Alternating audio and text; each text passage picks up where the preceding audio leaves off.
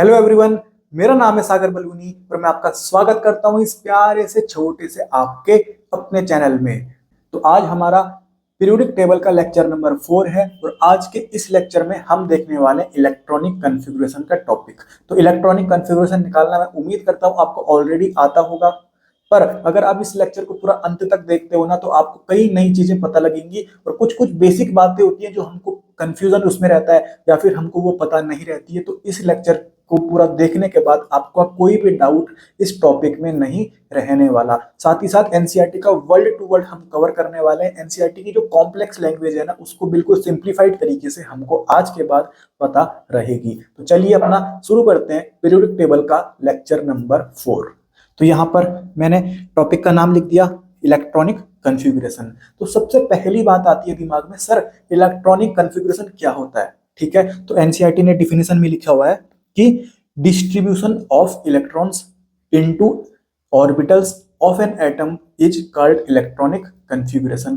ठीक है, तो यहाँ पर सर मुझे तो पता ही नहीं है, सर मुझे तो पता ही नहीं है कि ऑर्बिटल्स क्या हुआ, मुझे तो ऑर्बिटल्स ही नहीं पता। ठीक है, तो मैं इलेक्ट्रॉनिक कॉन्फ़िगरेशन का ये टॉपिक स्टार्ट करूं उससे पहले मैं आपको यहाँ पर कुछ बेसिक कंफ्यूजन जो आपको दिमाग में रहता है वो क्लियर करना चाहूंगा।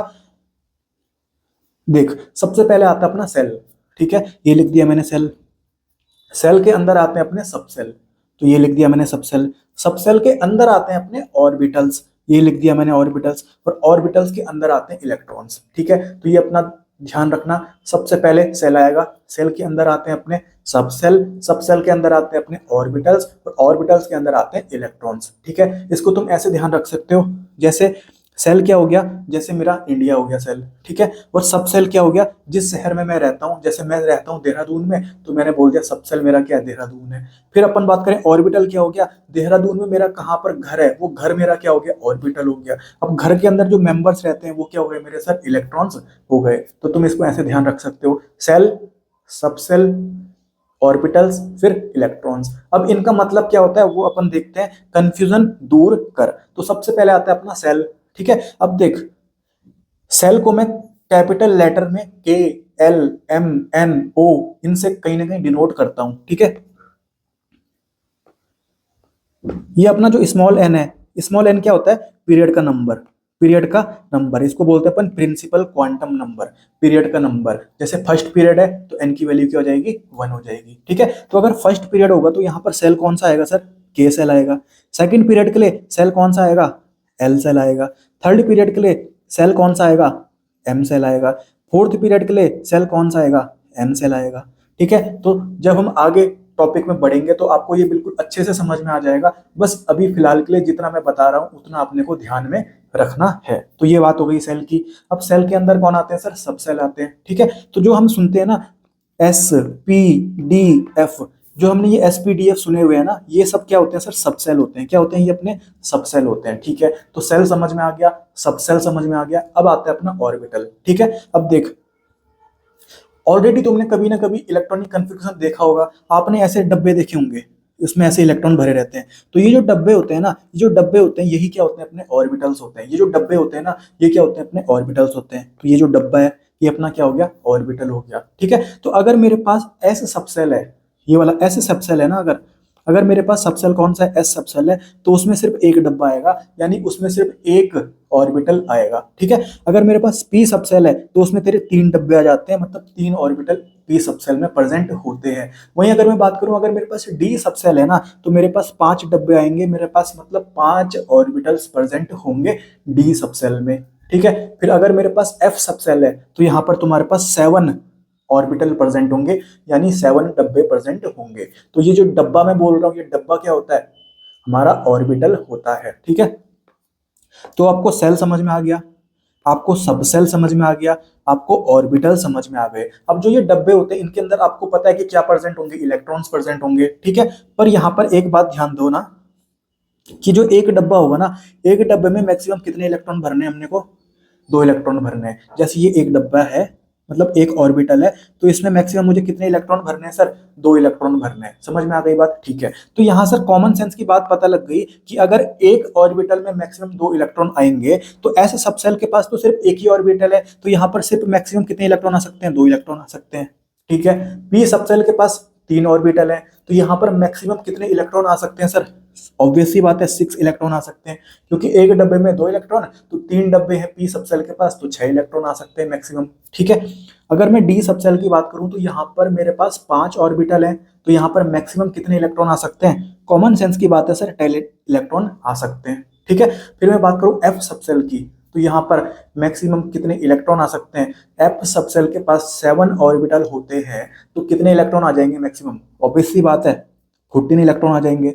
तो ये अपने को बिल्कुल पता है, कोई इसमें दिक्कत नहीं है। ये छोटी छोटी बातें हैं जो कहीं ना कहीं इस टॉपिक में हमको यूज में आने वाली है, और बिल्कुल हमको बेसिक क्लियर करते करते आगे टॉपिक में बढ़ना है और पूरे अच्छे लेवल तक टॉपिक को कवर करना है। ठीक है, तो ये आपको यहाँ पर बातें समझ में आ गई कि सेल क्या हुआ, सेल के अंदर क्या आता है? सब सेल आता है, सब सेल के अंदर क्या आता है? ऑर्बिटल्स आते हैं, और ऑर्बिटल्स के अंदर क्या आता है सर? इलेक्ट्रॉन्स आते हैं। ठीक है, तो अब वापस से एनसीईआरटी की डिफिनेशन की तरफ मुड़ते हैं। तो एनसीईआरटी बोलती है कि जो इलेक्ट्रॉनिक कन्फिगरेशन होता है ना, वो क्या होता है? Distribution of electrons. इलेक्ट्रॉन्स का डिस्ट्रीब्यूशन कहाँ सर? ऑर्बिटल्स के अंदर ही तो इलेक्ट्रॉन्स होते हैं, तो distribution of electrons into orbitals of an atom is called electronic configuration. ठीक है, तो ये बात अपने को समझ में आ गई, और अब मुझे पता है कि सर ये ऑर्बिटल क्या हो गया। ऑर्बिटल मतलब जो डब्बा हम बनाते हैं, और एक डब्बे में कितने इलेक्ट्रॉन मैक्सिमम आ सकते हैं सर? 2 इलेक्ट्रॉन आ सकते हैं। ठीक है, अब आज से पहले आपने किसी भी टीचर से पढ़ा होगा कि इलेक्ट्रॉनिक कॉन्फ़िगरेशन कैसे निकालते हैं, तो वो आपको ऐसा बना के दिखाता होगा, तो आपको दिमाग खराब हो जाता है कि समझ ही नहीं आता किसी को तो कि ये हो क्या रहा है सर। ठीक है, तो अपने को ये सब कुछ ध्यान नहीं रखना जो हमने अभी तक पढ़ा हुआ है। आपको बस यहाँ पर एक गाना याद रखना है, और उस गाने को आपने अगर याद कर लिया तो कहीं ना कहीं आपका इलेक्ट्रॉनिक कॉन्फ़िगरेशन का पूरा टॉपिक वहीं पे क्लियर हो जाएगा। ठीक है, अब जो हम यहाँ पर इलेक्ट्रॉनिक कॉन्फ़िगरेशन की बात करते हैं ना, ये बात करते हैं अपन सबसेल लेवल पे। सबसेल लेवल पे, तो सबसेल लेवल पे इलेक्ट्रॉनिक कॉन्फ़िगरेशन हम पढ़ रहे हैं। सर सबसेल क्या होता है? एस पी डी एफ, यही तो अपने सबसेल होते थे। तो इसी लेवल पे अपन क्या पढ़ने वाले हैं? इलेक्ट्रॉनिक कॉन्फ़िगरेशन पढ़ने वाले हैं। तो यहाँ पर अपने को एक गाना याद रखना है। ठीक है, 100 सप सप, 100 सप सप, सडप सडप, सफडप सफडप, बस इतना।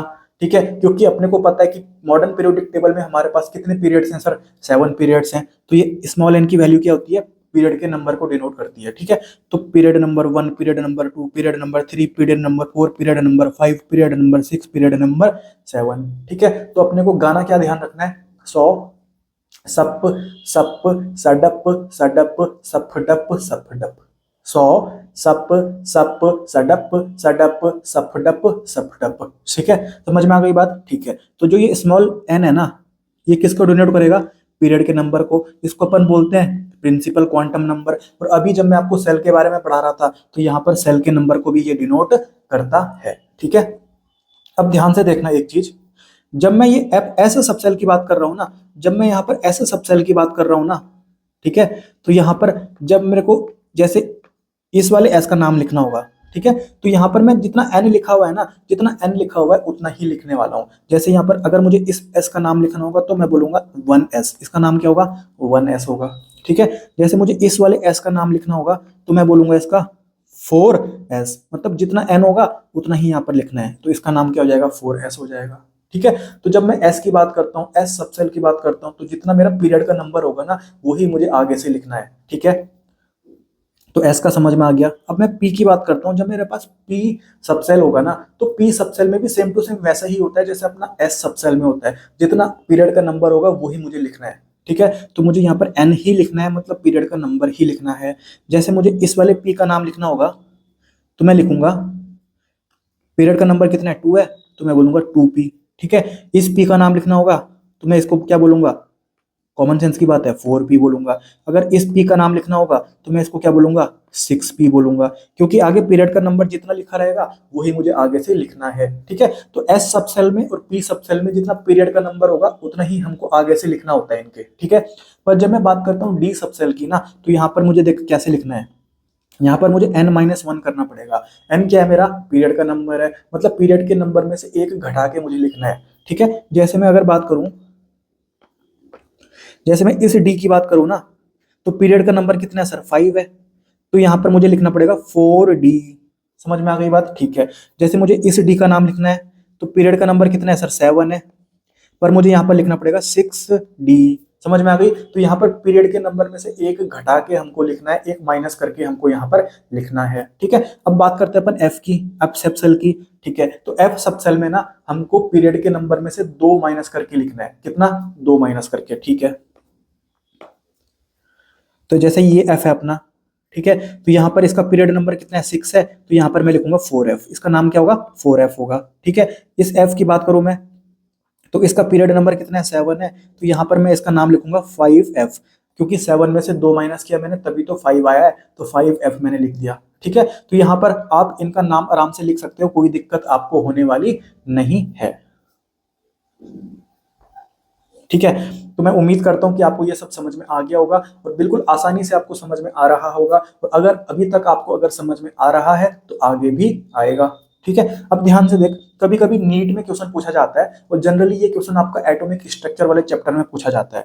यहाँ पर आपको पूछ लेते हैं वो कि कौन से सबसेल में तुम्हारा ज्यादा एनर्जी होने वाली है, ज्यादा एनर्जी होने वाली है। तो यहाँ पर देख, तुमको इतना ध्यान रखना है कि एनर्जी तुम्हारी कब इंक्रीज होगी? नीचे जाते टाइम, नीचे जाते टाइम। मतलब जैसे जैसे अपन ये जो गाना हमने गाया था उसमें जैसे जैसे अपन नीचे जा रहे हैं ना, तो हमारी क्या होगी कि सर एनर्जी क्या होगी? इंक्रीज होगी। ठीक है, पर अगर बात हो गई कि इन तीनों के बीच में कंपैरिजन हो गया, तो यहाँ पर ये तो तीनों एक ही सतह में है, मतलब एक ही लाइन में है, तो यहाँ पर अब मैं देखूंगा कि राइट साइड जो जा रहा होगा ना, जो राइट साइड, जितना ज्यादा राइट साइड होगा उसकी उतनी ज्यादा क्या होगी? एनर्जी होगी। मतलब नीचे जाते जाते एनर्जी बढ़ती है और राइट साइड जाते हुए भी क्या बढ़ती है? अपनी एनर्जी बढ़ती है। अगर आपको ये समझ में नहीं आया तो यहाँ पर मैं आपको अच्छे से समझा देता हूँ। देखो, जैसे यहाँ पर कंपैरिजन हो गया कि एक मैंने बोल दिया 4P, एक मैंने बोल दिया 5S, एक मैंने बोल दिया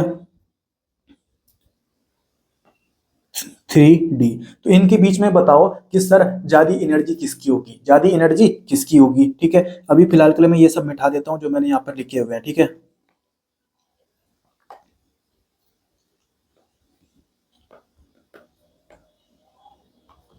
तो मेरे को क्वेश्चन पूछा गया कि इनमें से ज्यादा एनर्जी किसकी होगी?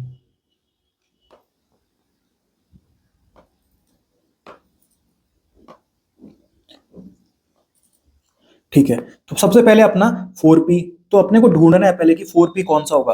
देख, P में तो अपन जितना N की वैल्यू होती है उतनी लिखते हैं, तो मतलब फोर्थ पीरियड का ही होगा ये, तो ये अपना 4P। ठीक है सर, फिर आया अपना 5S, तो S में भी अपन पीरियड का नंबर ही लिखते हैं, तो 5S फाइव्थ पीरियड में ही होगा, तो ये अपना 5S। पर अपन बात करें D की, तो जो 3D लिखा हुआ है ना, मतलब ये फोर्थ पीरियड का मेंबर होगा। ठीक है, क्योंकि D में अपन N-1 करते हैं ना, तो ये फोर्थ पीरियड का होगा, मतलब ये अपना 3D। अब देख, ये अपने क्वेश्चन पूछे हुए हैं, तो अपनी सबसे ज्यादा एनर्जी कहाँ होगी? मुझे पता है सर, जितने जैसे जैसे नीचे अपन जाते हैं तो एनर्जी बढ़ती जाएगी, तो सबसे ज्यादा किसकी होगी सर? 5S की होगी। किसकी होगी सर? 5S की होगी। फिर उसके बाद अब देख, ये दोनों एक ही लाइन में आ गए, तो अपन देखेंगे कि जो जितना राइट साइड होगा ना उसकी उतनी ज्यादा एनर्जी होती है, तो यहाँ पर आएगा अपना 4P।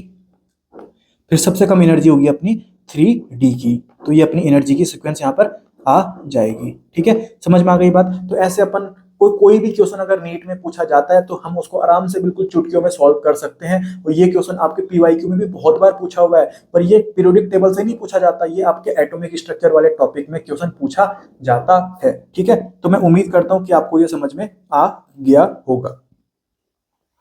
अब जो ये मैंने गाना गाया ना, सौ सप सप सडप सडप सफडप सफडप, इसको अपन बोलते हैं अफबाओ प्रिंसिपल। क्या बोलते हैं इसको? अपन अफबाओ प्रिंसिपल बोलते हैं, इतना ध्यान रखना। ठीक है, बाकी यहाँ पर ये मैंने आपको इनका नाम लिखना सिखा दिया, यहाँ पर मैंने आपको एनर्जी में कंपेयर करना सिखा दिया, यहाँ पर मैंने आपको कंफ्यूजन क्लियर कर दिया कि सेल क्या होता है, सब सेल क्या होता है, ऑर्बिटल्स क्या होते हैं और इलेक्ट्रॉन्स क्या होते हैं। ठीक है, बाकी ये भी मैंने आपको बता दिया। अब हम आगे चलते हैं। अब ध्यान से देखो, यहाँ पर ना हमको क्या निकालना है कि इलेक्ट्रॉन हम किसी भी एटम में कैसे निकालें, किसी भी एटम में इलेक्ट्रॉन कैसे निकालें। ठीक है, तो जैसे में अपन बात करते हैं सबसे पहले न्यूट्रल एटम की। न्यूट्रल एटम मतलब जिसमें कोई चार्ज नहीं है। ठीक है, जिसमें कोई चार्ज नहीं है, तो यहाँ पर ना हम न्यूट्रल एटम में इलेक्ट्रॉन कैसे निकालेंगे? जितना उसका एटॉमिक नंबर होगा ना उतना ही इलेक्ट्रॉन होने वाले हैं। जितना न्यूट्रल एटम का एटॉमिक नंबर होगा उतने ही उसमें इलेक्ट्रॉन होने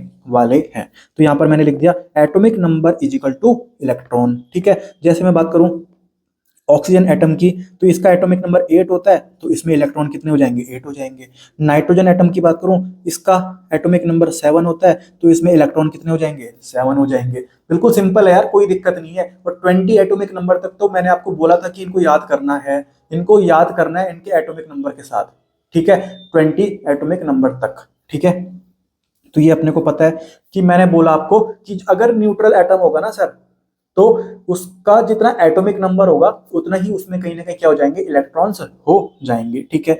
अब मैं बात करता हूं चार्ज्ड एटम की, ठीक है, चार्ज्ड एटम की, ठीक है। तो जैसे अपने पास ये है, जैसे अपने पास ये है, ठीक है, इसका एटॉमिक नंबर कितना है नाइट्रोजन का, 7 है। पर यहाँ पर देख ऊपर क्या लिखा हुआ है, -3 लिखा हुआ है, ठीक है। तो यहाँ पर तुझे क्या करना पड़ेगा, यहाँ पर जब तू इलेक्ट्रॉन निकालेगा ना, तो electron is equal to atomic number, तो तूने पहले एटॉमिक नंबर लिख दिया कितना, 7। पर यहाँ पर जितना चार्ज लिखा होगा ना उसका अपोजिट करना है तेरे को। -3 लिखा हुआ है तो तुझे +3 करना है, तुझे +3 करना है। अगर +3 लिखा होता तो तू -3 कर देता, अगर -2 लिखा होता तो तू +2 कर देता, अगर +2 लिखा होता तो -2 कर देता। मतलब जब तू इलेक्ट्रॉन्स निकालेगा तो यहाँ पर तेरे को चार्ज को बिल्कुल फ्लिप कर देना है, बिल्कुल उल्टा कर देना है, ठीक है। तो यहाँ पर -3 था तो तूने लिख दिया +3, तो यहाँ पर 7 + 3 तेरा कितना इलेक्ट्रॉन्स तेरे पास आ जाएंगे, टोटल इलेक्ट्रॉन्स आ जाएंगे तेरे पास 10, ठीक है। तो यहाँ पर चार्ज्ड एटम में तेरे को निकालना आ गया। यहाँ पर एक और एग्जांपल दे रखा है, जैसे यहाँ पर कैल्शियम का एटम है। अब यहाँ पर एटॉमिक नंबर कितना है, 20, तो पहले तो मेरे को एटॉमिक नंबर लिख देना है। अब चार्ज कितना है सर, +2 लिखा हुआ है ना, तो तेरे को यहाँ पर लिखना पड़ेगा -2, तो ये तेरे पास इलेक्ट्रॉन्स आ जाएंगे 18। तो यहाँ पर तेरे पास अगर न्यूट्रल एटम है, तेरे पास अगर चार्ज एटम है, तो तू उनमें आसानी से कहीं ना कहीं इलेक्ट्रॉन्स निकाल सकता है, इसमें कोई दिक्कत वाली बात नहीं है, ठीक है, कोई भी दिक्कत वाली बात नहीं है, ठीक है। बाकी आपको ये ऑलरेडी मुझे पता है आता होगा, पर अगर आपको आता नहीं भी होगा तो अब आज के बाद आपको आ गया होगा, ठीक है। तो अब अपन आगे बढ़ते हैं। अब यहां पर अपने को क्या करना है, जो हमारा टॉपिक था इलेक्ट्रॉनिक कॉन्फ़िगरेशन, वो हमको यहां पर प्रैक्टिस करने के क्वेश्चंस, ठीक है, कि हम किसी भी एटम का, चाहे वो हमारे पास चार्ज एटम हो, अनचार्ज एटम हो, जनरली पीरियोडिक टेबल में 99% क्वेश्चन आएगा आपका अनचार्ज एटम से, मतलब न्यूट्रल एटम से, ठीक है। यहाँ पर न्यूट्रल एटम की ही अपने को क्या कहीं ना कहीं निकालनी पड़ती है, इलेक्ट्रॉनिक कन्फ्यूग्रेशन निकालनी पड़ती है, ठीक है। तो कभी भी इलेक्ट्रॉनिक कन्फ्यूग्रेशन आपको निकालनी पड़े, सबसे पहले अपना को गाना याद रखना है, सौ सप सप सडप सडप सफडप सफडप, ठीक है। ये अपने को ध्यान रखना है। ये हमको पीरियड नंबर पता है कि फर्स्ट पीरियड है, second period, third period, fourth period, fifth period, sixth period, seventh period, ठीक है। तो यहाँ पर अपने पास आया लिथियम एटम, ठीक है, लिथियम का एटम है। तो सबसे पहले अपने को देखना है कि इसमें कितने इलेक्ट्रॉन्स हैं। हमको पता है कि जितना इसका एटॉमिक नंबर होगा उतना ही इसमें कहीं ना कहीं इलेक्ट्रॉन्स होंगे, ठीक है, मतलब 3 इलेक्ट्रॉन्स अपने को भरने हैं, ठीक है। तो देख 2 इलेक्ट्रॉन्स एस में आ जाएंगे, फिर 1 इलेक्ट्रॉन इस एस में आ जाएगा, टोटल कितना हो गया sir, 1s2 2s1, total 3 electron fill हो चुके हैं क्या, यस सर फिल हो चुके हैं। तो ये इसकी इलेक्ट्रॉनिक कॉन्फ़िगरेशन हो जाएगी। कोई मुश्किल है क्या इसमें, बिल्कुल आसान है यार, बिल्कुल आसान है, ठीक है।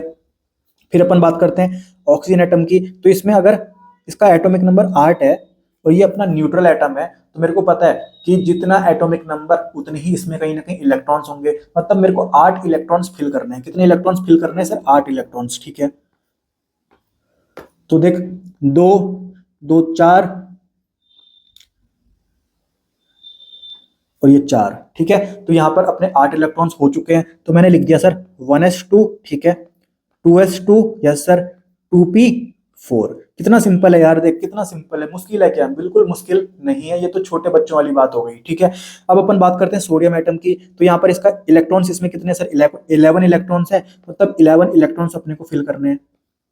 तो देख 2 और 2 4 और 6 10 और 1 ये 11, कितना हो गया sir, 1s2, yes sir, 2s2, yes sir, 2p6, ठीक है सर, 3s1। समझ में आ गई बात, कोई मुश्किल है क्या, बिल्कुल आसान है यार, बिल्कुल आसान है, ठीक है। अब अपन बात करते हैं क्लोरीन की। एटॉमिक नंबर 17, तो इलेक्ट्रॉन्स कितने हो गए इसमें, 17, मतलब अपने को 17 इलेक्ट्रॉन्स फिल करने हैं, ठीक है। तो देख 2 और 2 4 और 6 10 और 2 12 और 5 17। कोई मुश्किल है क्या, बिल्कुल आसान है यार। देख 17 इलेक्ट्रॉन्स फिल करने थे, 17 हो चुके हैं, तो 1s2 लिखा, यस सर, 2s2 लिखा, ठीक है, 2p6 लिखा, यस सर, 3s2 लिख दिया, यस सर, 3p5 लिख दिया, यस सर। तो ये इसकी इलेक्ट्रॉनिक कन्फिग्रेशन हो गई। अब अपन बात करते हैं आर्गन की।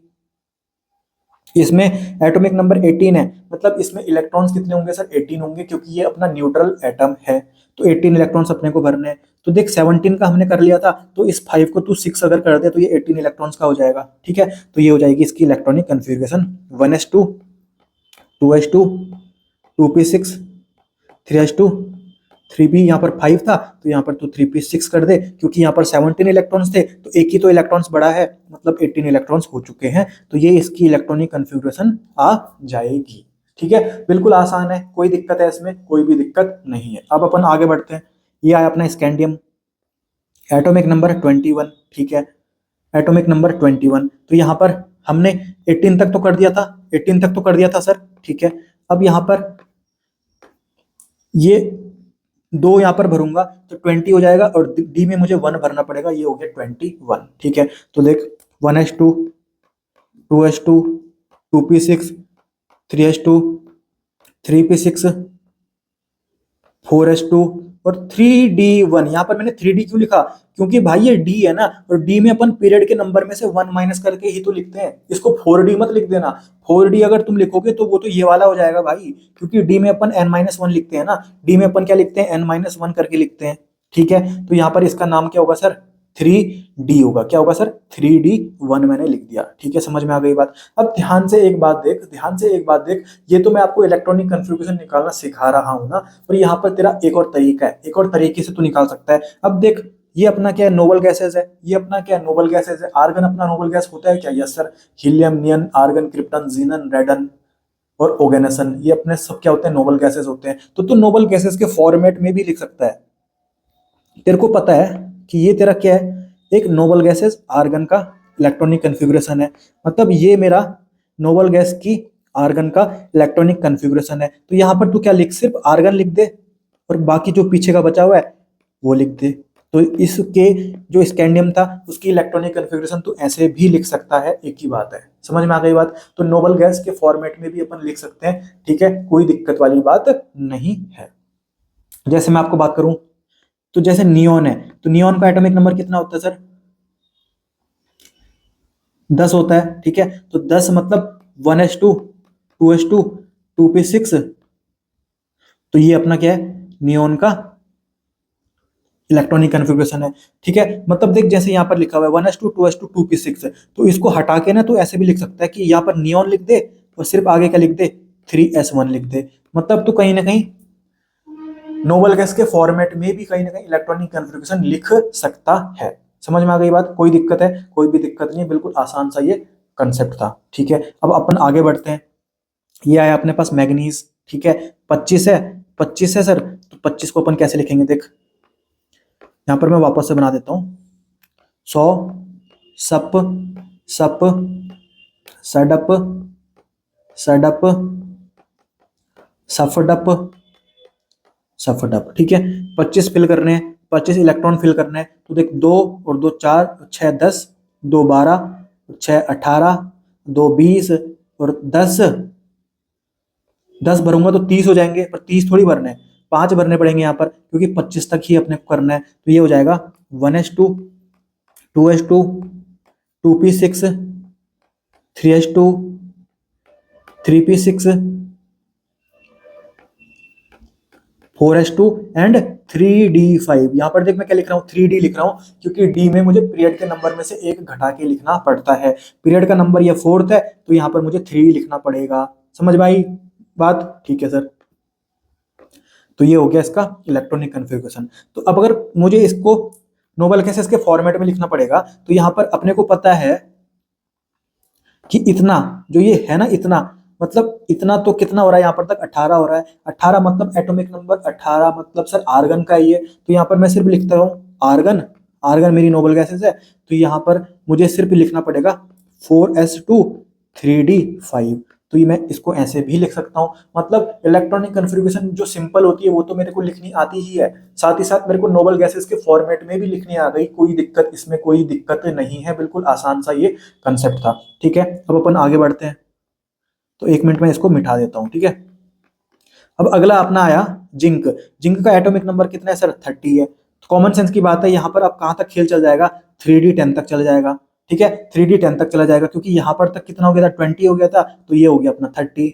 ठीक है, तो अब अपना पास आ जाएगा 1s2, 2s2, 2p6, 3s2, 3p6, 4s2 और 3d10। और इसको अपन क्या बोलते हैं? इसको अपन बोलते हैं आर्गन की इलेक्ट्रॉनिक कन्फिग्रेशन। तो मैं इसको लिख सकता हूँ नोबल गैसेस के फॉर्मेट में आर्गन 4s2 3d10। ये भी सही है तो ये भी सही है, कोई दिक्कत नहीं है, बिल्कुल आसान है, कोई दिक्कत है इसमें? कोई भी दिक्कत नहीं है। अब इसकी बात करें अपन, ये क्या है यार? जर्मेनियम। जर्मेनियम है,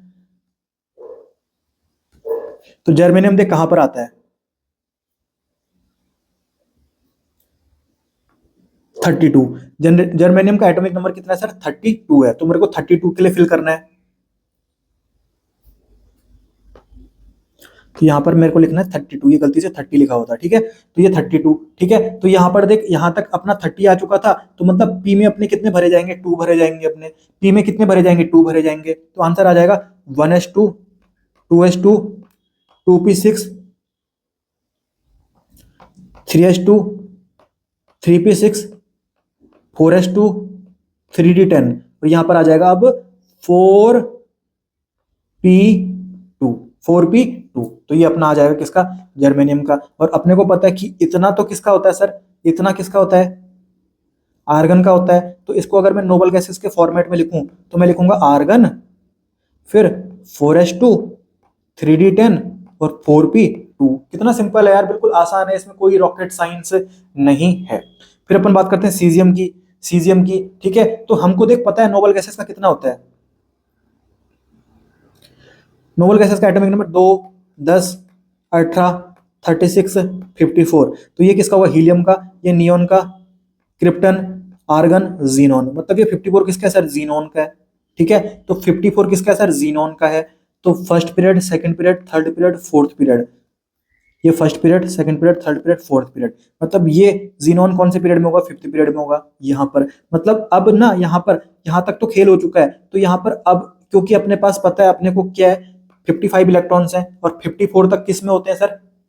जीनोन में होते हैं। और जीनोन 18th ग्रुप का है, मतलब उसके बाद अगर एक भी इलेक्ट्रॉन भरा गया तो सीधा एस ब्लॉक में फर्स्ट ग्रुप में आ जाएगा। ठीक है, तो समझ में आ गई बात। तो यहाँ पर मतलब जीनोन में अपने को क्या करना है? जीनोन मैंने लिख दिया, और उसके बाद क्या लिखा मैंने? सिर्फ 6s1। कितना लगा? 6s1। तो कहीं ना कहीं ये अपना सीजियम का इलेक्ट्रॉनिक कन्फिग्रेशन हो जाएगा नोबल गैसेस के फॉर्मेट में। और नॉर्मल अगर लिखना चाहोगे तो नॉर्मल जैसे मैंने आपको सिखा रखा है वैसे आप लिख ही सकते हो। ठीक है, कोई दिक्कत नहीं है, मैं आराम से इसको कर सकता हूं। ठीक है, तो ये अपना कहीं ना कहीं सीजियम का इलेक्ट्रॉनिक कन्फिग्रेशन हो जाएगा।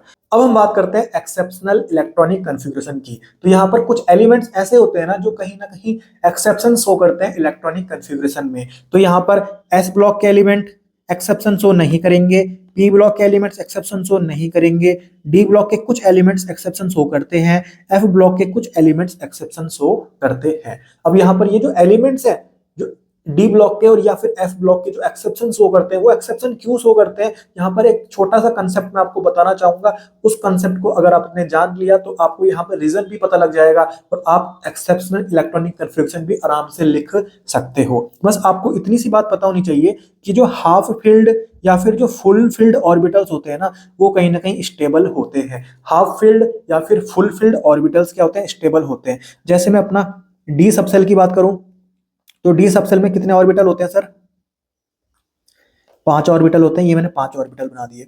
एफ सबसेल की बात करूं तो एफ सबसेल में कितने ऑर्बिटल होते हैं सर? 7 ऑर्बिटल होते हैं, ये मैंने 7 ऑर्बिटल बना दिए। 1 2 3 4 5 6 और ये 7। ठीक है, और हमको पता है कि एक ऑर्बिटल में 2 इलेक्ट्रॉन होते हैं, तो यहाँ पर तुम्हारे मैक्सिमम कितने इलेक्ट्रॉन हो सकते हैं? 10 इलेक्ट्रॉन हो सकते हैं। यहाँ पर तुम्हारे मैक्सिमम कितने इलेक्ट्रॉन हो सकते हैं? 14 इलेक्ट्रॉन हो सकते हैं। ठीक है, तो हाफ फील्ड मतलब अगर मैं हर डब्बे में एक एक इलेक्ट्रॉन भर दूंगा, ठीक है, तो हाफ फील्ड में कितने इलेक्ट्रॉन हो जाएंगे? 5 हो जाएंगे। और अगर मैं फुल फील्ड कर दूंगा तो फुल फील्ड में हर डब्बे में अब मैं 2 2 भर सकता हूँ।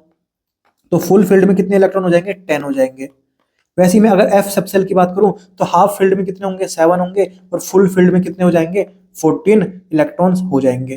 ठीक है, तो वही बात यहां पर लिखी हुई है कि अगर हाफ फील्ड हुआ या फिर फुल फील्ड हुआ तो वो अपने क्या होते हैं, स्टेबल होते हैं। क्या होते हैं, वो स्टेबल होते हैं। तो यहां पर मैं बात करूं D5 D10 स्टेबल हो गए, F7 F14 स्टेबल हो गए। मतलब half filled d orbital and full filled d orbital stable है, half filled f orbital and full filled f orbital भी क्या होंगे, अपने स्टेबल होंगे।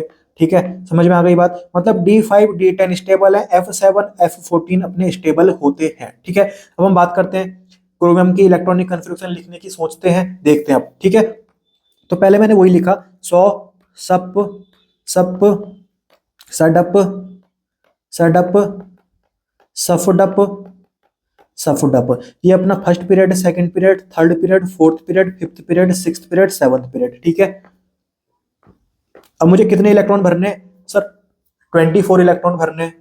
तो देख, 2 2 4 6 10 2 12 6 18 2 20 और ये 4, डी कितना हो गया, 4 हो गया। ठीक है, तो मैं यहां पर इसको लिखने वाला हूं 1s2 2s2 2p6 3s2 3p6 4s2 और 3d4। तो अगर मैं यहां पर बात करता कि अगर ये एक्सेप्शन नहीं होता, अगर ये एक्सेप्शन नहीं होता तो इसकी इलेक्ट्रॉनिक कन्फिग्रेशन ऐसी आ जाती।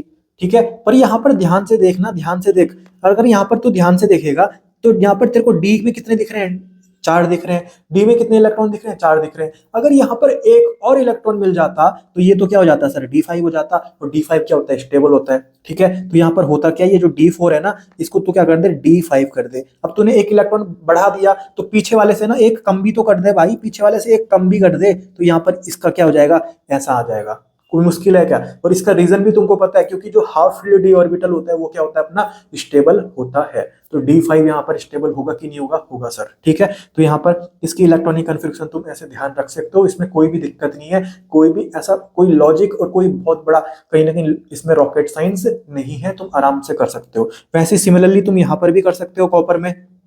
ठीक है, तो देख 1s2 2s2 2p6 3s2 3p6 4s2 और ये 3d9। ठीक है, तो अगर तुम बोलते कि जो कॉपर है जिसका एटॉमिक नंबर 29 है और ये कहीं ना कहीं एक्सेप्शन शो नहीं कर रहा, तो तुम्हारा खेल ये हो जाता, तुम नॉर्मली इलेक्ट्रॉनिक कन्फिग्रेशन ऐसे लिख देते। पर तुमको पता है कि जो कॉपर 29 है ना, वो सर अपना एक्सेप्शन शो करता है। और यहाँ पर ध्यान से देखो, क्योंकि यहाँ पर देख डी के पास कितने 9 है, और अगर तुम्हारे पास डी के पास 10 हो जाते हैं ना, डी के पास जिस दिन 10 इलेक्ट्रॉन हो जाते हैं, वो कहीं ना कहीं फुलफिल्ड हो जाता। और फुलफिल्ड अपने को पता है कहीं ना कहीं स्टेबल होता है। तो तुम क्या करना इस D9 को क्या करना, हटा के D10 कर देना। ठीक है, अब देखिए स्टेबल हो गया। अब तुमने 9 के पहले अब एक बढ़ाया है तो एक कम भी तो करना पड़ेगा तेरे को, तो एक तो पीछे वाले से क्या कर दे, कम कर दे। जैसे तूने यहाँ खेला था वैसे ही हमने यहाँ पर भी खेल दिया। ये कॉपर की कहीं ना कहीं इलेक्ट्रॉनिक कन्फिग्रेशन हो गई। ठीक है, तो बिल्कुल आसानी से, कोई दिक्कत तुमको यहाँ पर होने वाली नहीं है। और नीट में तुम्हारा एक और क्वेश्चन पूछा जाता है, वो आता है गैडोलोनियम का। ये तुम्हारा एक लैंथेनाइड होता है। ठीक है, क्योंकि मुझे पता है 58 एटॉमिक नंबर से 71 एटॉमिक नंबर तक क्या होते हैं सर, लैंथेनाइड होते हैं। तो देख 64 आ रहा है, इसके बीच में ही होगा, तो ये भी अपना क्या लैंथेनाइड है। तो ये भी तुम्हारा एक्सेप्शन आता है, और ये कहीं ना कहीं तुम्हारा क्वेश्चन नीट में पूछा जाता है। तो यहाँ पर देखते हैं अपन इसकी इलेक्ट्रॉनिक कन्फिग्रेशन निकालने की सोचते हैं। ठीक है, तो सबसे पहले मैं लिखता हूँ 100 सप सप सडप सडप सफडप सफडप। देख यहाँ पर ये फर्स्ट पीरियड है, यहाँ पर नोबल गैस कौन सी आएगी, हीलियम आएगी। सेकंड पीरियड के लास्ट में नोबल गैस कौन सी आएगी, नियोन आएगी। थर्ड पीरियड में आर्गन, फोर्थ पीरियड में क्रिप्टन, फिफ्थ पीरियड में जीनोन। तो इसका एटॉमिक नंबर 2 10 18 36 54। ठीक है, 54। मतलब इससे पहले जो कहीं ना कहीं नोबल गैस होगी वो कौन सी होगी सर, जीनोन होगी। ठीक है, तो यहाँ पर मैंने लिख दिया जीनोन। ठीक है, तो जीनोन का एटॉमिक नंबर कितना है, 54 है, मतलब अब मुझे टोटल और कितने इलेक्ट्रॉन चाहिए, और कितने इलेक्ट्रॉन फिल करने हैं, 10 और फिल करने हैं। 54 तक तो खेल हो गया, तो 54 में 10 प्लस करूंगा तभी तो 64 आएगा, ठीक है। तो अब मेरे को यहां भरना है मतलब, ठीक है। तो इस एस को क्या बोलूंगा मैं, first period, second period, third period, fourth period, fifth period, sixth period, seventh period, तो इसको 6s बोलूंगा, मैंने बोल दिया 6s2। फिर आएगा अपना एफ, इसको मैं बोलूंगा 4f, क्योंकि सिक्स पीरियड का है और मुझे पता है कि एफ में मेरे को n-2 करना पड़ता है, तो यहां पर मैं लिखूंगा 4f। और एफ में मैक्सिमम कितने भरे जा सकते हैं, एफ में मैक्सिमम भरे जा सकते हैं कितने, 14। तो यहां पर मैं कितने भरूंगा, 8 भर दूंगा, क्योंकि मुझे टोटल 10 भरने हैं ना, तो 2 मैंने यहां भर दिए, 8 यहां भर दिए, मेरे 10 हो गए, ठीक है। तो अगर अगर ये सॉरी यहां आएगा ना, अगर कहीं ना कहीं जो गैडोलोनियम है ना वो एक्सेप्शन नहीं होता तो खेल अपना ये हो जाता, खेल अपना ये हो जाता। पर यहाँ पर खेल देखना, यहाँ पर एक बात देख, अगर देख यहाँ पर तेरा एफ कितना हो रहा है सर, 8 हो रहा है, पर तेरे को पता है सर कि एफ अगर कहीं ना कहीं 7 हो जाता ना, एफ अगर कहीं ना कहीं 7 हो जाता तो वो तो हाफ फील्ड हो जाता, और हाफ फील्ड कहीं ना कहीं क्या होता है, स्टेबल होता है। तो यहाँ पर तू कहीं ना कहीं क्या कर दे, एक घटा दे, एक क्या कर दे यहाँ से घटा दे, ताकि तूने इसको क्या कर दिया, 7 कर दिया। अब तूने एक घटाया है तो एक वापस से बढ़ाना भी तो पड़ेगा, यहाँ पर तू एस में तो बढ़ा नहीं सकता, इसको 2 से 3 तो नहीं कर सकता, क्योंकि एस के पास तो कहीं ना कहीं एक ही ऑर्बिटल होता है, उसमें मैक्सिमम 2 ही इलेक्ट्रॉन आएंगे, तो 3 थोड़ी कर देगा उसके अंदर। तो तेरे को यहाँ पर कहीं ना कहीं अगला वाला लेना पड़ेगा, अगला वाला क्या होता है, डी आता है ना, तो इसको मैं बोलूंगा 5d। तो यहाँ पर तुझे रखना पड़ेगा 5d1। कितना सिंपल है यार। तो यहाँ पर गैडोलोनियम का भी तुम्हारा इलेक्ट्रॉनिक कॉन्फ़िगरेशन आ चुका है। तो कुछ भी याद नहीं करना तुमको, कुछ भी याद नहीं करना, खुद से तुमको निकालना आना चाहिए, और कहीं ना कहीं कोई भी दिक्कत नहीं आने वाली। अगर तुम ये पूरा लेक्चर बिल्कुल अच्छे से देख रहे हो तो कहीं पे भी कोई दिक्कत तुमको इलेक्ट्रॉनिक कॉन्फ़िगरेशन के दौरान नहीं आने वाली, ठीक है। अब मैं इसको मिटा देता हूं, और मैं उम्मीद करता हूं कि ये जो 3 एक्सेप्शन मैंने आपको बताए ये आपको अच्छे से समझ में आ गए होंगे। और नीट में ना जनरली यहीं से क्वेश्चन पूछा जाता है। डी ब्लॉक में और भी एक्सेप्शन आते हैं जिनके बारे में अपन जब डी ब्लॉक चैप्टर पढ़ेंगे वहां पर देखेंगे, पर 99% चांसेस है कि आपको अगर कोई एक्सेप्शन से क्वेश्चन आएगा ना तो वो इन 3 में से ही क्वेश्चन पूछा जाता है नीट में, ठीक है। बाकी यहाँ पर अपने को ग्रुप नंबर 10 के भी एक्सेप्शन देखने हैं। ये ग्रुप नंबर 10, ग्रुप नंबर 10 में कौन आते हैं, निकल, पैलेडियम एंड प्लेटिनम। नी पढ़ोगे तो पिटोगे, नी पढ़ोगे तो पिटोगे, ठीक है। ये पीरियड नंबर 4, ये पीरियड नंबर 5, ये पीरियड नंबर 6, क्योंकि हमको पता है कि जो डी ब्लॉक होता है वो पीरियड नंबर 4 से ही तो स्टार्ट होता है, और निकल अपना डी ब्लॉक का एलिमेंट है, ठीक है। तो यहाँ पर अपने को जो ये निकल, पैलेडियम और प्लेटिनम है ना, इनकी भी जो इलेक्ट्रॉनिक कन्फिग्रेशन होती है उसमें भी थोड़ा एक्सेप्शन होता है, और वो एनसीईआरटी की जो टेबल दे रखी है ना, एनसीईआरटी की जो टेबल है उसमें आपको देखने को मिल जाएगा, नी पढ़ोगे तो पिटोगे, ठीक है। यहाँ पर ये एक्सेप्शन आ जाता है। तो इसको अपने को कैसे ध्यान रखना है, इसको अपने को कैसे ध्यान रखना है, ध्यान से देख, अब ध्यान से देख,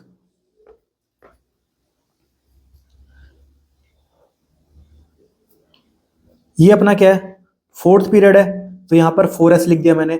फिफ्थ पीरियड है, 5s लिख दिया। सिक्स्थ पीरियड है, 6s लिख दिया, ठीक है। ये फोर्थ पीरियड है, तो यहाँ पर मेरे को अगर डी लिखना पड़ेगा तो डी तो मुझे पीरियड के नंबर में से एक कम करके लिखना पड़ता है डी का, तो यहाँ पर मैंने 3d लिख दिया। फिफ्थ पीरियड है तो 4d लिख दिया, और सिक्स्थ पीरियड है तो 5d लिख दिया मैंने, ठीक है। तो ये तुमको लिखने आ जाएंगे, कोई इसमें दिक्कत होने वाली नहीं है, ये तुम आराम से लिख सकते हो, ठीक है।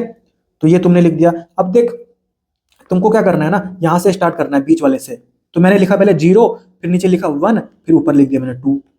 0 1 2, मतलब ये किसकी बात कर रहे हैं अपन, एस की बात कर रहे हैं। मतलब यहाँ पर पहले क्या आएगा, 5s0 आएगा, यहाँ पर कितना आ जाएगा, 6s1 आ जाएगा, यहाँ पर कितना आ जाएगा, 4s2 आ जाएगा। तो यहाँ से स्टार्ट करना 0, फिर 1, फिर 2। अब तुमने यहाँ पर खत्म किया ना, तो अब यहाँ से स्टार्ट करना तुम, तो 8, फिर सीधा 9, फिर सीधा 10, 8 9 10, ठीक है। तो यहाँ पर निकल का कितना हो जाएगा, 4s2 3d 8, पैलेडियम का कितना हो जाएगा, 5s0 4d 10, और प्लेटिनम का कितना हो जाएगा, 6s1 5d 9, ठीक है। तो तुम इसको ऐसे ध्यान रख सकते हो, इसमें कोई दिक्कत नहीं है। और ये बहुत इंपॉर्टेंट है, जितने भी कहीं ना कहीं एनसीईआरटी में दे रखे हैं ना जो एक्सेप्शन है, वो मैंने आपको यहाँ पर करा दिए, और यहीं से आपका नीट में क्वेश्चन पूछा जाएगा अगर कोई क्वेश्चन एक्सेप्शन से आता है तो। बाकी डी ब्लॉक में आपके और भी एक्सेप्शन है, एफ ब्लॉक में आपके और भी एक्सेप्शन है, जो हम डी ब्लॉक जब चैप्टर पढ़ेंगे या फिर जब एफ ब्लॉक चैप्टर पढ़ेंगे तो वहां पर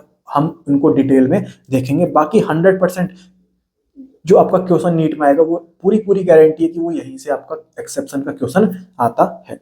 ठीक है, तो यहाँ पर ऐसे याद करना है इसको, 0 1 2, यहाँ से 8 9 और ये 10। ठीक है, तो इस तरीके से आप यहाँ पर ग्रुप नंबर 10 का इलेक्ट्रॉनिक कन्फिग्रेशन लिख सकते हो। बाकी और तो आपको आता ही है, एस ब्लॉक में कोई भी एक्सेप्शन नहीं है, पी ब्लॉक में कोई भी एक्सेप्शन नहीं है, और डी ब्लॉक में भी जनरली एक्सेप्शन नहीं होते, बहुत कम एक्सेप्शन है। उनमें से जो मेन एक्सेप्शन है वो मैंने आपको यहाँ पर बता दिए, बिल्कुल आसानी से आपको समझ में आ गया होगा। ठीक है, अब हम आगे बढ़ते हैं। अब यहाँ पर अपन सिग्निफिकेंस देखते हैं कहीं ना कहीं इलेक्ट्रॉनिक कन्फिग्रेशन की। ठीक है, तो यहाँ पर एक चीज मैं आपको बता दूं कि जो लास्ट इलेक्ट्रॉन जिस सब सेल में घुसेगा ना, लास्ट इलेक्ट्रॉन जिस सब सेल में घुसेगा, कहीं ना कहीं वो जो एलिमेंट होगा ना वो उसी ही ब्लॉक का एलिमेंट होगा। ठीक है, जैसे मैं बात करूं कि अगर लास्ट इलेक्ट्रॉन ना तेरा एस सब सेल में घुस गया तो तेरा ये जो एलिमेंट रहा होगा वो एस ब्लॉक का एलिमेंट रहा होगा।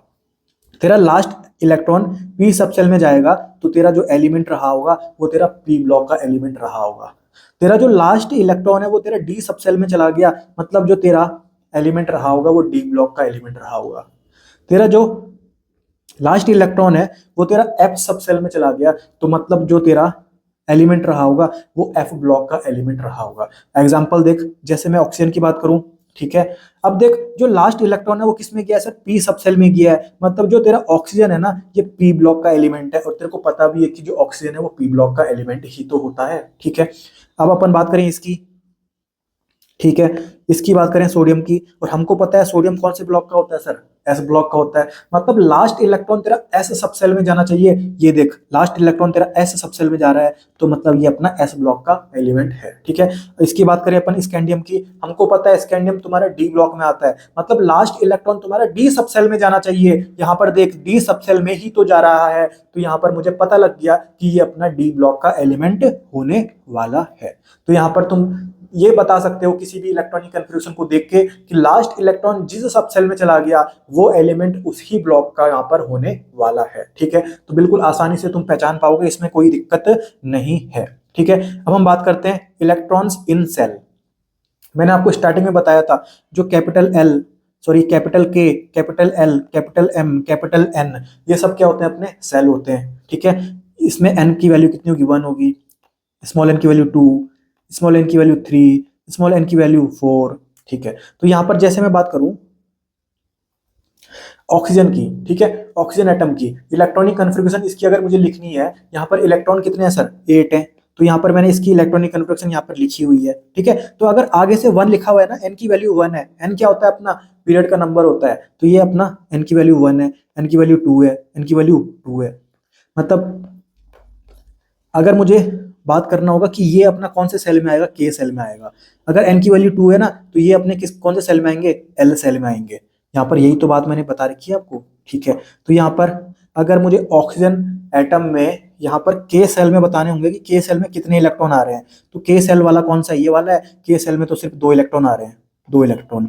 अगर मुझे एल सेल की बात करनी होगी तो एल सेल में कितने इलेक्ट्रॉन भर रहे हैं ऑक्सीजन में, तो देख 4 और 2 6 भर रहे हैं, यहाँ पर मैंने लिख दिया 6 इलेक्ट्रॉन। कितना सिंपल है यार, कितना सिंपल है। ठीक है, अब मैं बात करता हूँ सोडियम की, एटॉमिक नंबर 11 है, मतलब इसमें 11 इलेक्ट्रॉन्स होंगे, तो मैंने यहाँ पर इसकी इलेक्ट्रॉनिक कन्फिग्रेशन लिख ली। आगे 1 है तो मैंने बोल दिया सर ये के सेल है, आगे 2 है मैंने बोल दिया सर ये एल सेल है, आगे 3 है मैंने बोल दिया सर ये एम सेल है। समझ में आ गई बात। ठीक है, तो के सेल में कितने इलेक्ट्रॉन है यहाँ पर सर, 2 इलेक्ट्रॉन है। एल सेल में कितने इलेक्ट्रॉन है सर, 6 और 2 8 इलेक्ट्रॉन है सर। और एम सेल में कितने इलेक्ट्रॉन है सर, यहाँ पर 1 इलेक्ट्रॉन है। कोई दिक्कत है इसमें, कोई भी दिक्कत नहीं है, बिल्कुल आसान सा टॉपिक है। अब हम बात करते हैं स्कैंडियम की, तो स्कैंडियम का एटॉमिक नंबर कितना होता है, 21 होता है। ठीक है, तो यहाँ पर स्कैंडियम 21, इसकी इलेक्ट्रॉनिक कन्फिग्रेशन लिखी हुई है। ठीक है, अब ध्यान से देख, यहाँ पर देख एन की वैल्यू 1 है, मतलब ये अपना के सेल होगा, एन की वैल्यू 2 आ गई, मतलब ये अपना एल सेल होगा, एन की वैल्यू 3 आ गई, ये अपनी मतलब एम सेल होगा। तो यहाँ पर भी देख 3 लिखा हुआ है, तो यहाँ पर क्या ये अपना एम में आएगा, क्या ये अपना एम में आएगा, नहीं भाई। ध्यान से एक चीज देख, यहाँ पर जो लिखा हुआ है ना डी लिखा हुआ है, और ये जो 3 लिखा हुआ है ये तो n-1 होगा ना अब, क्योंकि डी में अपन n-1 करते हैं। तो अगर n-1 अगर 3 है तो n कितना होगा, यहाँ पर 4 है भाई, मतलब ये 4th पीरियड का खेल है।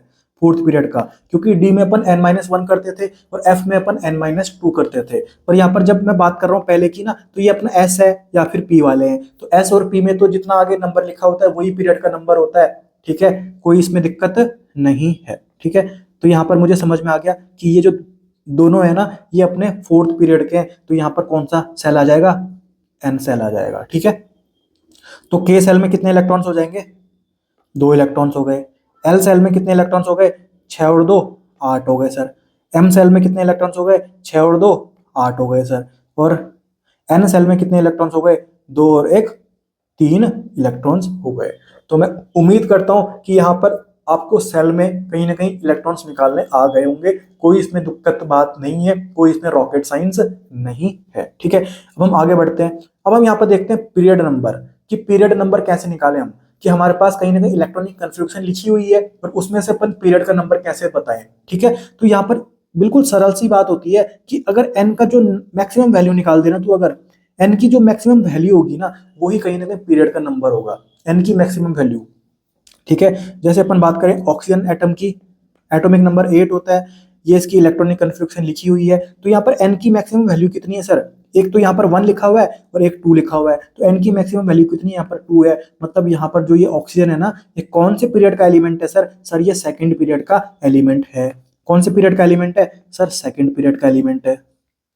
सोडियम की मैं बात करूं, ठीक है, तो यहाँ पर एन की मैक्सिमम वैल्यू कितनी आ रही है, देख यहाँ पर 1 आ गई, यहाँ पर 2 आ गई, यहाँ पर देख 3 आ गई, तो मैक्सिमम वैल्यू एन की कितनी आ रही है सर, 3 आ रही है। मतलब ये जो सोडियम है ना, ये अपना कहीं ना कहीं थर्ड पीरियड का एलिमेंट होगा, यहाँ पर लिख दिया मैंने थर्ड।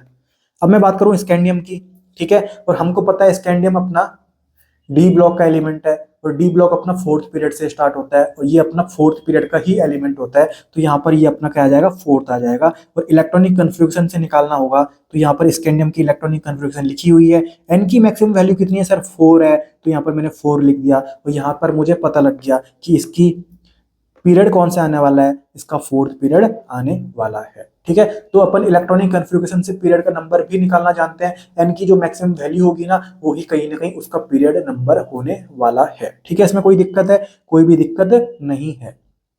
ठीक है, बाकी यहाँ पर ये जो एनसीईआरटी की जो पीरियोडिक टेबल है वहां पर मैंने ये अटैच कर दी है, आपको कोई भी दिक्कत होगी, कुछ भी देखना होगा तो आप इसमें देख सकते हो। अब हम आगे बढ़ते हैं और देखते हैं लोकेट वाया इलेक्ट्रॉनिक कन्फिग्रेशन। मतलब यहाँ पर किसी एलिमेंट की हमको इलेक्ट्रॉनिक कन्फिग्रेशन लिखी हुई है और यहाँ पर हमको उस एलिमेंट को लोकेट करना है पीरियोडिक टेबल में, कि उसका ग्रुप नंबर क्या होगा, उसका पीरियड नंबर क्या होगा, उसका ब्लॉक नंबर क्या होगा। तो यहाँ पर बिल्कुल आसानी से तुम बताओ क्या करना, इसका एटॉमिक नंबर लिख देना। देख 2 इलेक्ट्रॉन और 2 इलेक्ट्रॉन 4 और एक 5 इलेक्ट्रॉन है, मतलब एटॉमिक नंबर कितना होगा, 5 होगा। तो यहाँ पर एटॉमिक नंबर कितना हो गया, 5 हो गया। अब तुमको ये करना आता ही है, ये मैंने आपको सिखाई रखा है लेक्चर नंबर 2 में। अब देख तुम्हारे पास नोबल गैसेस का तुमको पता है, हीलियम, नियन, आर्गन, क्रिप्टॉन, जीनॉन और रेडन। एटॉमिक नंबर 2 10 18 36 54 और ये रहा 86। ठीक है, तो तुमसे पूछा हुआ है एटॉमिक नंबर 5 का। अब देख ये जो नोबल गैसेस होती है ना, ये 18th ग्रुप में होते हैं, मतलब ये लास्ट ग्रुप होता है। मतलब जो यहाँ पर 2 है ना, तो 2 के बाद यहाँ पर इधर ही कहीं 5 होगा।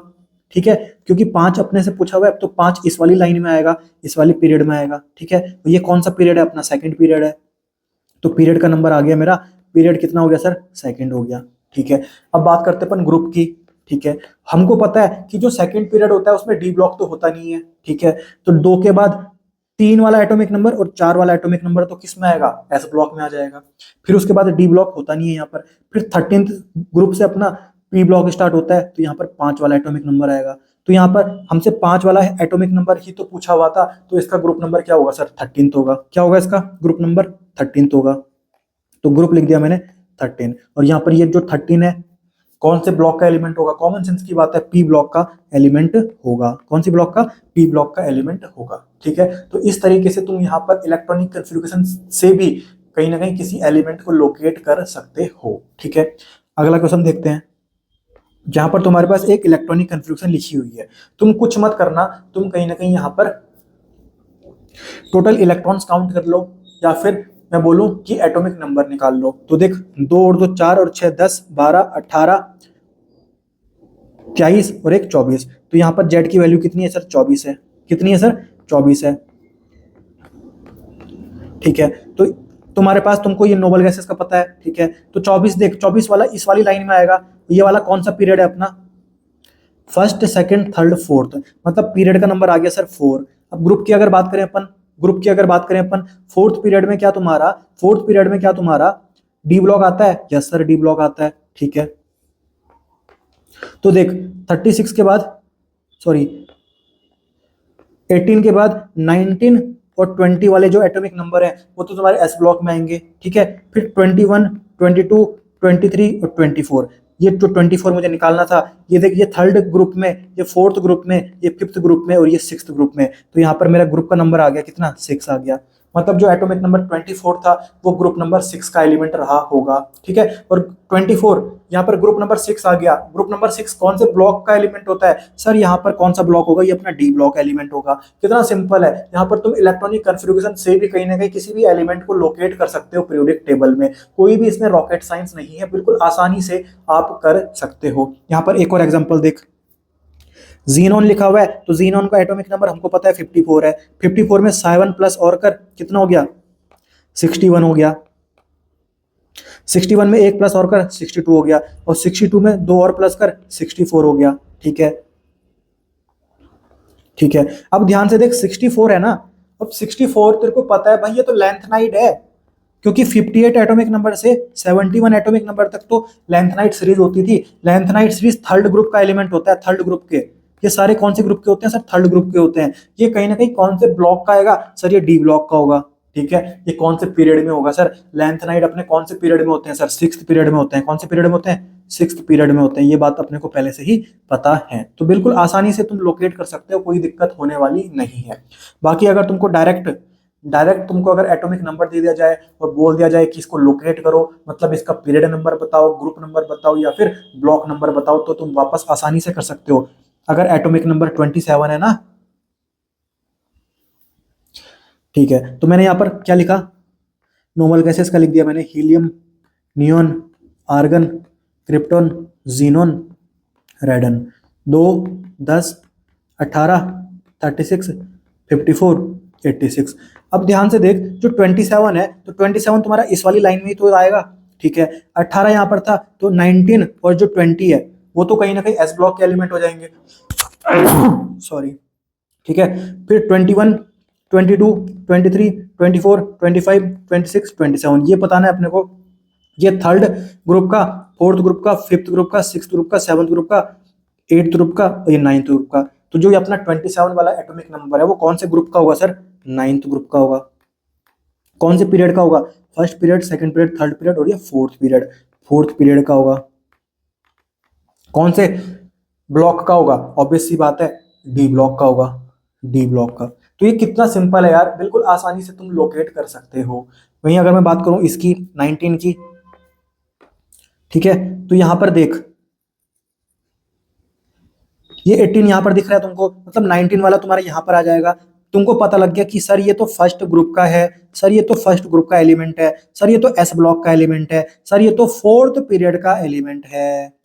कितने आसानी से तुम निकाल सकते हो, कितने आसानी से तुम किसी भी एलिमेंट को यहाँ पर लोकेट कर सकते हो, चाहे तुमको उसका एटॉमिक नंबर दे रखा है, चाहे तुमको उसकी इलेक्ट्रॉनिक कन्फिग्रेशन दे रखी है। तुमको अगर इतना पता है ना नोबल गैसेस का तुमको अगर पता है कि एटॉमिक नंबर क्या क्या होता है, तुमको अगर पता है कि लेंथनाइड कहाँ से कहाँ एटॉमिक नंबर तक जाते हैं, एक्टिनाइड्स कहाँ से कहाँ एटॉमिक नंबर तक जाते हैं, तुमको पता है कि जो लेंथनाइड्स और एक्टिनाइड्स होता है उनका ग्रुप नंबर 3 होता है, तो कहीं ना कहीं पूरी पीरियोडिक टेबल में तुमको किसी भी एलिमेंट को लोकेट करने में कहीं ना कहीं कोई भी दिक्कत नहीं आने वाली। ठीक है, और मैं उम्मीद करता हूं कि आपको समझ में आ गया होगा। ठीक है, अब थोड़ा आगे बढ़ते हैं। हालांकि ये आपका एनसीईआरटी में नहीं दे रखा जो अब मैं आपको पढ़ा रहा हूं, पर जब आप कोचिंग्स जाते हो, एलएन में पढ़ोगे या आकाश में पढ़ोगे, वहां पर ये पढ़ाया जाता है। तो बिल्कुल छोटा सा सिंपल सा कंसेप्ट है, तो मैं आपको पढ़ा देता हूं। ठीक है, अभी तक तो जो आपको पढ़ा रहा था ना इलेक्ट्रॉनिक कन्फिग्रेशन निकालना, वो तो तब था जब हम बोल रहे थे कि अबाव प्रिंसिपल क्या हो रहा है, वैलिड हो रहा है, अबाव प्रिंसिपल लग रहा है। पर अगर यहाँ पर क्वेश्चन आ गया कि जो अबाव प्रिंसिपल है वो वायलेट हो गया मतलब वो अपना लग नहीं रहा। ठीक है, तो अपने को देख इलेक्ट्रॉन्स को कैसे फिल करना है। सबसे पहले 1s, फिर 2s 2p, फिर 3s 3p 3d, फिर 4s 4p 4d 4f। तो इस तरीके से यहाँ पर फिल करना है। अब यहाँ पर सौ सप सप सडप सटप सप डप सप डप नहीं लगाना है, ठीक है, क्योंकि यहाँ पर अबव प्रिंसिपल क्या हो चुका है, वायलेट हो चुका है, मतलब वो अपना काम नहीं कर रहा, ठीक है। तो यहाँ पर एक क्वेश्चन अपने से पूछा हुआ है कि कैल्शियम है एटॉमिक नंबर 20, ठीक है, तो इसका क्या बताओ, तुम ब्लॉक बताओ, इसका बताओ कि ये कौन सा ब्लॉक का एलिमेंट है। पहली बात, जब तुम्हारा अबाव प्रिंसिपल काम कर रहा है, ठीक है, तो अगर अबाव प्रिंसिपल काम करेगा तो 100 सप सप वाला वही गाना यूज में आएगा। तो यहाँ पर आ जाएगा इसका electronic configuration 1s2 2s2 2p6 3s2 3p6 4s2, 2 और 2 4 और 6 10 12 18 और 2 20, ठीक है। और हमको पता है कि लास्ट इलेक्ट्रॉन जिसके पास गया कहीं ना कहीं वही उसका ब्लॉक हो जाएगा। तो यहाँ पर लास्ट इलेक्ट्रॉन एस सबसेल के पास गया, मतलब इसका ब्लॉक हो जाएगा एस ब्लॉक। और हमको पता है कि कैल्शियम अपना एस ब्लॉक में ही तो आता है, ठीक है। पर ये तो बात हुई जब अबाव प्रिंसिपल लागू हो रहा है, अबाव प्रिंसिपल जब लग रहा है। पर दूसरा क्वेश्चन यहाँ पर पूछा हुआ है कि अगर अबाव प्रिंसिपल नहीं लगेगा तो तुम्हारा कैल्शियम कौन से ब्लॉक में आएगा। तो देखते हैं अपन, सबसे पहले अपन भरेंगे 1s, तो मैंने बोर्ड लिख दिया 1s2, फिर लिख दिया 2s2 2s2, फिर आएगा 2p6, ये लिख दिया मैंने 2p6, फिर आएगा 3s2, ये लिख दिया मैंने 3s2, फिर आएगा 3p6, ये लिख दिया मैंने 3p6, फिर आएगा 3d कितना हो गया, 2 और 2 4 और 2 6 10 11 12 18, तो 3d2। तो यहाँ पर जो लास्ट इलेक्ट्रॉन घुसा है ना वो अपना डी में घुसा है, तो यहाँ पर अपना जो ये कैल्शियम हो जाएगा, अब आ जाएगा अपना डी ब्लॉक एलिमेंट। मतलब अगर अबाव प्रिंसिपल वायलेट हो रहा है ना तो कैल्शियम तुम्हारा कौन से ब्लॉक का एलिमेंट होता, वो तुम्हारा डी ब्लॉक का होता। और यहाँ पर अबाव प्रिंसिपल जब लगता है तो हमको पता है कि कहीं ना कहीं कैल्शियम तुम्हारा एस ब्लॉक का एलिमेंट होता है, ठीक है। पर ये एक इमेजिनरी क्वेश्चन है, ठीक है, कि अगर अबाव प्रिंसिपल वायलेट हो जाता तो कैल्शियम तुम्हारा कौन से ब्लॉक का एलिमेंट होता, फिर आंसर आता है इसका डी ब्लॉक। ऐसे तुम किसी के लिए भी निकाल सकते हो, हालांकि ये तुम्हारे एनसीईआरटी में नहीं दे रखा तो नीट से इसका कोई लेना देना नहीं है। पर अंट संट चीजें कोचिंग्स वाले पता नहीं क्यों पढ़ाते हैं, मुझे आज भी समझ नहीं आया। पर 100% जो तुम्हारा पेपर आने वाला है वो तुम्हारा एनसीईआरटी से ही आएगा। अगर तुमको ये अभी भी समझ में नहीं आया तो कोई दिक्कत नहीं है, ये तुम्हारे एनसीईआरटी में नहीं दे रखा। अब आप आगे बढ़ते हैं।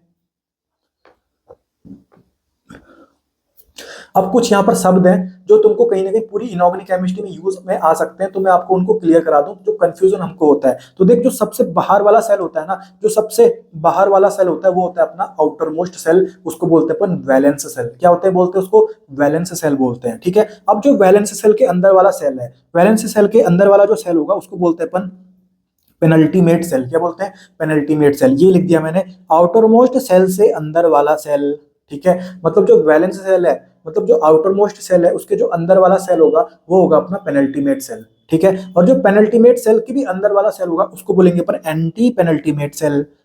पेनल्टीमेट सेल के भी अंदर वाला सेल क्या बोलेंगे, एंटी पेनल्टीमेट सेल, ठीक है। अगर आपको अभी भी समझ नहीं आया तो यहाँ पर मैं आपको एग्जाम्पल के रूप में बता देता हूँ। कैल्शियम मेरे पास है, कैल्शियम मेरे पास है, कैल्शियम का एटॉमिक नंबर कितना होता है, 20 होता है। यहाँ पर मैं इसकी इलेक्ट्रॉनिक कन्फिग्रेशन लिख लेता हूँ, 1s2 2s2 2p6 3s2 3p6 4s2। तो ये अपनी कैल्शियम की इलेक्ट्रॉनिक कन्फिग्रेशन हो गई, ठीक है। अब ध्यान से देख, n की वैल्यू कितनी है, 1 है, मतलब ये अपना केल सेल है। n की वैल्यू कितनी है, 2 है, मतलब ये अपना कौन सा सेल है, एल सेल है। n की वैल्यू कितनी है, 3 है, मतलब ये अपना कौन सा सेल है, एम सेल है। n की वैल्यू कितनी है, 4 है, मतलब ये अपना कौन सा सेल है, एन सेल है। तो सबसे बाहर वाला सेल कौन सा हो गया, एन सेल हो गया, मतलब ये अपना क्या हो गया सर, वैलेंस सेल हो गया। ये अपना क्या हो गया, वैलेंस सेल हो गया।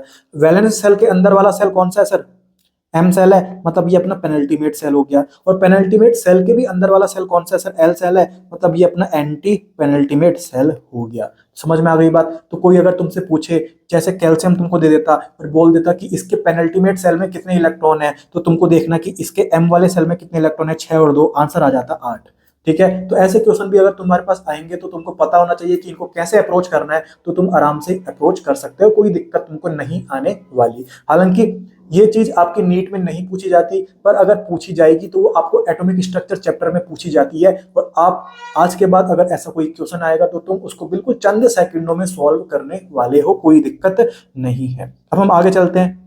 यहाँ पर पीरियड हमारे पास मॉडर्न पीरियोडिक टेबल में कितने होते हैं? 7 पीरियड होते हैं। तो यहाँ पर मैंने लिख दिया 1 2 3 4 5 6 7। हमको पता है कि जो पहला पीरियड होता है उसमें सिर्फ 2 एलिमेंट आते हैं, हाइड्रोजन और हीलियम। तो यहाँ पर मैंने लिख दिया पहले पीरियड में कितने एलिमेंट आएंगे? 2। दूसरे पीरियड में कितने होते हैं? 8।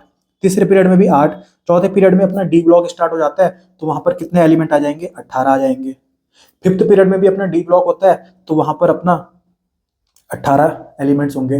फिर सिक्स्थ पीरियड में अपना एफ ब्लॉक भी आ जाता है, तो यहाँ पर डी ब्लॉक के साथ साथ एफ ब्लॉक भी स्टार्ट हो जाता है। यहाँ पर हो जाते हैं 32 एलिमेंट, और सेवंथ पीरियड में भी 32 एलिमेंट। तो 2 8 8 18 18 32 32। ठीक है, तो अपने को ये ध्यान रखना है। तो इसको बोलते हैं अपन शॉर्टेस्ट पीरियड, इसको इन दोनों को बोलते हैं अपन लॉन्गेस्ट पीरियड।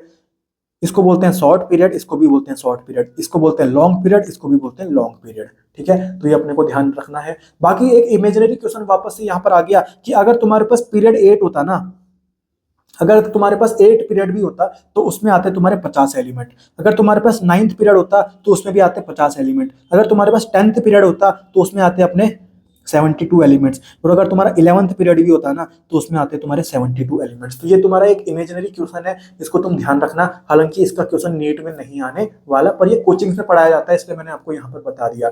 तो तुमको ध्यान रखना है 2 8 8 18 18 32 32 50 50 72 72। ठीक है, बिल्कुल सिंपल था, कोई दिक्कत नहीं है। बाकी यहाँ पर आपको मैंने मॉडर्न पीरियोडिक टेबल अटैच करा दिया, ताकि आपको कोई दिक्कत होगी, कुछ देखना होगा तो यहाँ पर आप इसको देख सकते हो। ठीक है, बाकी अब हम आगे चलते हैं।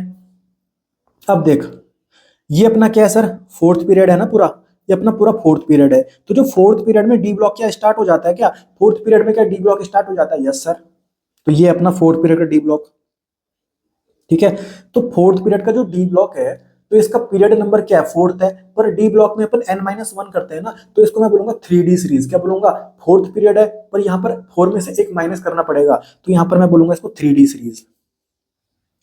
एक सेकंड, ये लिख दिया मैंने 3D सीरीज। और ये देख, जो अपने डी ब्लॉक के एलिमेंट्स होते हैं उनको अपन ट्रांजिशन एलिमेंट्स भी तो बोलते हैं, और ये पहली ऐसा पीरियड है जिसमें ट्रांजिशन एलिमेंट्स आए हैं, तो इसको मैंने बोल दिया फर्स्ट ट्रांजिशन सीरीज। तो 4th पीरियड में जो डी ब्लॉक के एलिमेंट्स आएंगे उनको मैं बोलूंगा 3D सीरीज या फिर फर्स्ट ट्रांजिशन सीरीज। ठीक है, सिमिलरली 5th ब्लॉक में 4D सीरीज या फिर सेकंड ट्रांजिशन सीरीज। ठीक है, यहाँ पर देख 5th पीरियड है, पर यहाँ पर मैंने 4 क्यों लिखा हुआ है? क्योंकि डी ब्लॉक में अपन क्या करते हैं? n-1 करते हैं ना, ये मैंने आपको स्टार्टिंग में क्लियर कर चुका हूँ। ठीक है, आगे चलते हैं अपन 6th period. Sir 6th period है, तो यहाँ पर कौन सी डी सीरीज आएगी? सर 5D सीरीज आएगी, मैंने लिख दिया 5D सीरीज। और तीसरी बार कहीं ना कहीं डी ब्लॉक का पीरियड स्टार्ट हो रहा है, मतलब यहाँ पर थर्ड ट्रांजिशन सीरीज में बोलने वाला हूँ। ठीक है सर, फिर 7th पीरियड में 6D सीरीज या फिर 4th ट्रांजिशन सीरीज। ठीक है, पर 6th पीरियड में अपना एफ ब्लॉक भी तो स्टार्ट हो जाता है। ठीक है, और एफ में अपन क्या यूज करते हैं? n-2 यूज करते हैं। तो अगर यहाँ पर 6th है ना कहीं पीरियड का नंबर, तो यहाँ पर मैं बोलूंगा 4F सीरीज। और पहली बार अपनी इनर ट्रांजिशन सीरीज स्टार्ट हुई है, तो मैंने बोल दिया फर्स्ट इनर ट्रांजिशन सीरीज। ठीक है, 7th पीरियड में मैं बोलूंगा 5F सीरीज या फिर सेकंड इनर ट्रांजिशन सीरीज। तो इनको आपको याद नहीं करना, मेरे को पता है कि ये मैं कैसे ध्यान रखने वाला हूँ, इसमें कोई भी दिक्कत नहीं है। डी ब्लॉक में अपन n-1 यूज करते हैं, और एफ के लिए अपन कहीं ना कहीं क्या यूज करते हैं? n-2 यूज करते हैं। ठीक है, और n का मतलब क्या होता है? पीरियड का नंबर। तो मैं उम्मीद करता हूं आपको ये सब समझ में आ गया होगा, इसमें कोई भी दिक्कत नहीं होगी। बस यहाँ पर एक और चीज अपने को ध्यान रखना है, जब मैं ग्रुप की बात करता हूँ, जैसे मेरे पास एक ग्रुप है फर्स्ट ग्रुप, लीना की रब से फरियाद।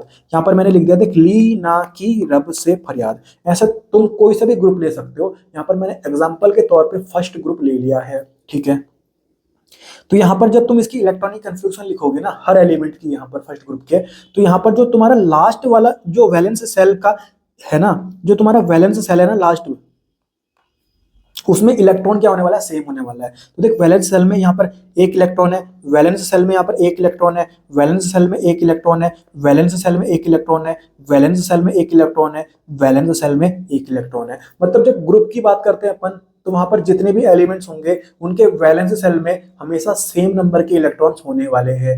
तो अगर फर्स्ट ग्रुप है तो सबके लास्ट में एक इलेक्ट्रॉन हो गया, ठीक है।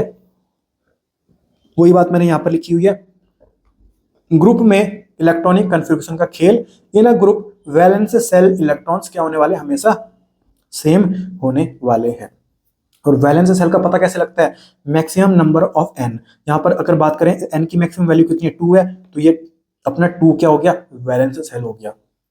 यहाँ पर एन की मैक्सिमम वैल्यू कितनी है, 3 है, मतलब 3 अपना क्या हो गया, वैलेंस सेल हो गया। और इस सेल का नाम क्या होगा, के एल एम, एम आ जाएगा। इस सेल का नाम क्या होगा, के एल, एल सेल आ गया। ये बातें मैंने आपको बिल्कुल अच्छे से बता रखी हैं। मैं उम्मीद करता हूँ बिल्कुल आपको सब कुछ अच्छे से बिल्कुल समझ में आ रहा होगा और कोई भी रॉकेट साइंस यहाँ पर नहीं है, ठीक है।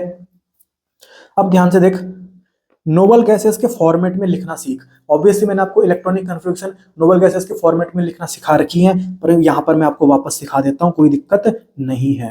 अब देख, यहां पर अगर मैं बात करूं तो ये वाली जो इलेक्ट्रॉनिक कन्फिग्रेशन है ना, ये नोबल गैस हीलियम की इलेक्ट्रॉनिक कन्फिग्रेशन है। किसकी, हीलियम की, क्योंकि हीलियम का एटॉमिक नंबर कितना है, 2 है। तो यहां पर देख 2 ही तो फिल हो रहे हैं, ठीक है। तो इसको मैं कैसे लिख सकता हूं, हीलियम और आगे लिख दिया मैंने 2s1। इसको मैं कैसे लिख सकता हूं, नियोन, आगे लिख दिया मैंने 3s1, क्योंकि ये जो इतनी है ना, ये अपनी कहीं ना कहीं नियोन की है। नियोन का एटॉमिक नंबर 10, देख ले इसको काउंट करके यहां पर भी तेरे 10 इलेक्ट्रॉन ही हो रहे होंगे। फिर यहां पर अगर मैं बात करूं, यहां पर आ जाएगा आर्गन 4s1, यहां पर आ जाएगा क्रिप्टन 5s1, इसका आ जाएगा जीनोन 6s1, इसका आ जाएगा रैंडन 7s1। तो कहीं ना कहीं तुम यहां पर इलेक्ट्रॉनिक कन्फिग्रेशन को नोबल गैसेस के फॉर्मेट में भी लिख सकते हो, और ये बिल्कुल सिंपल सी बात है, इसमें कोई रॉकेट साइंस नहीं है। अब हम आगे बढ़ते हैं। तो जो मैंने यहाँ पर बात करी कि जो एक ग्रुप है, तो ग्रुप के जितने भी एलिमेंट्स हैं उनका जो वैलेंस सेल है ना, उसमें सेम नंबर के इलेक्ट्रॉन्स होंगे, ठीक है। अब यहाँ पर एक बहुत इंपॉर्टेंट यहाँ से चीज निकल के सामने आती है कि जो हमारी केमिकल प्रॉपर्टीज होती है ना, वो जो वैलेंस सेल में इलेक्ट्रॉन है उसी में डिपेंड करती है भाई।